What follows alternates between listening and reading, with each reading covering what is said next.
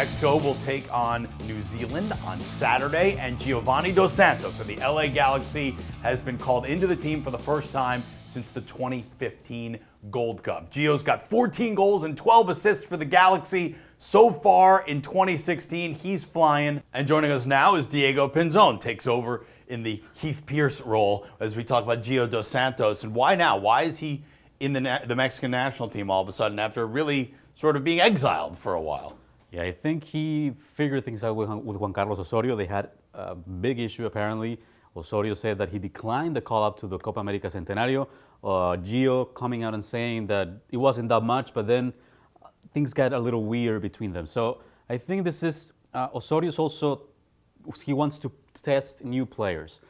He's not happy with what happened at the 7-0 against Chile. That's something very disappointing for him, and he wants to try out new players. He wants to see how the team shapes up for the hexagonal. Yeah, Gio's got over 100 caps with the Mexican senior national team, 17 goals.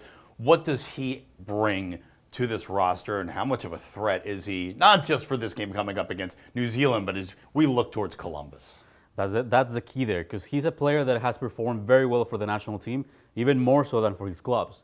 I think playing for the Galaxy is the only club he's actually performed at a higher level.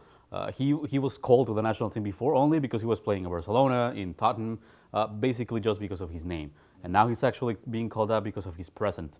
And he's a player that brings a lot of speed, a lot of dynamism in the midfield, and he's also a player that can play in many different positions. And I think Osorio, who's a coach who likes to change tactics and lineups as the game goes on, is something that he's looking forward to as well. What do you think the best position for Dos Santos is with the Mexican national team?